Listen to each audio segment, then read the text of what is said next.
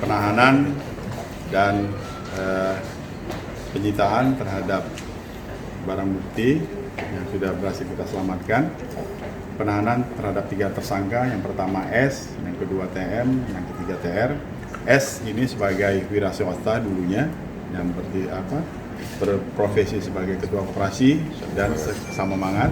Sekarang itu anggota DPRK aktif 2024 sampai 2029. Kalau TM itu mantan kadis, kemudian TR juga mantan kadis, yang hari ini menjabat sebagai Sekda Kabupaten Aceh Jaya aktif.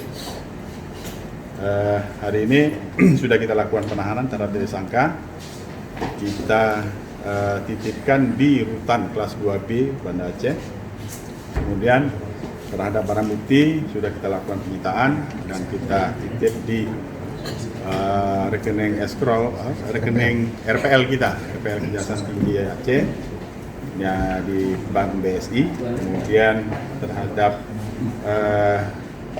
penyempurnaan berkas selanjutnya kita akan segera selesaikan pemberkasan dan akan segera kita limpahkan ke Pengadilan Negeri atau Pengadilan Tipikor Aceh.